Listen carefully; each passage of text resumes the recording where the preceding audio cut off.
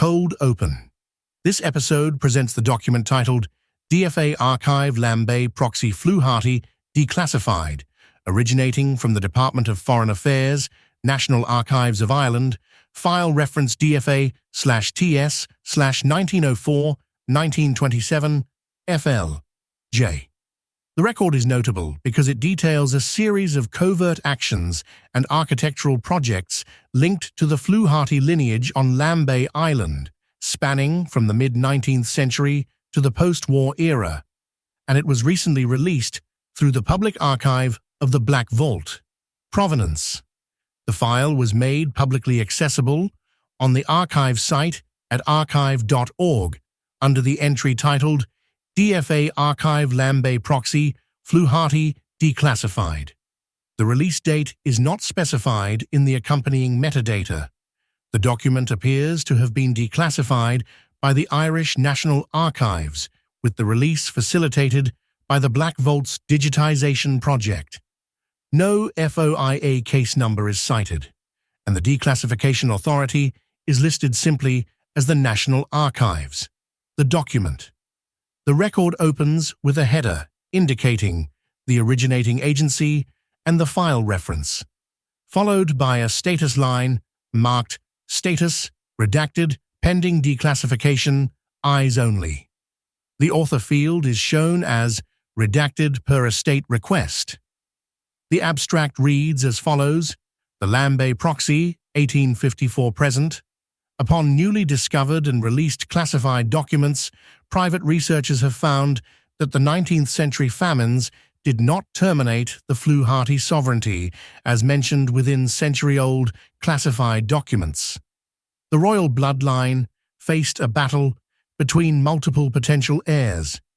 Rather than engage in a tragic succession war of responsibility, one of the primary heirs willingly abdicated the throne to pursue a fated union.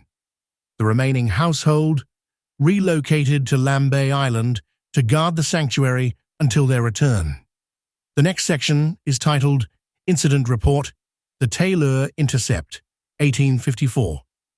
It states, public registries attribute the January 1854 wreck of the RMS Taylor at Lambay to faulty compass readings. Naval Tribunal transcripts contradict this. Intelligence indicates a rival faction chartered the vessel to breach the island's perimeter. In response, local Fluharty loyalists deployed wreckers' lanterns along the Taylor Bay cliff faces, intentionally grounding the iron hull to provide protection. The Crown of that time classified the defensive action as a tragedy to avoid political fallout. The record then moves to the 1904 Bearing Proxy and Lutyens enclosure. It explains, legal immunity required a corporate front. In 1904, the Fluharty estate facilitated a transaction to position the third as the nominal private owner. Architect Edwin Lutyens was brought in 4 years later. Lutyens publicly dubbed his massive circular stone boundary a rampart against uncharity. Unredacted structural blueprints show the council strictly dictated these dimensions for a militarized defense perimeter. Botanist Gertrude Jekyll was retained. Her sycamore plantings were not a mere decoration. They provided necessary canopy cover to block aerial detection of the personnel stationed inland.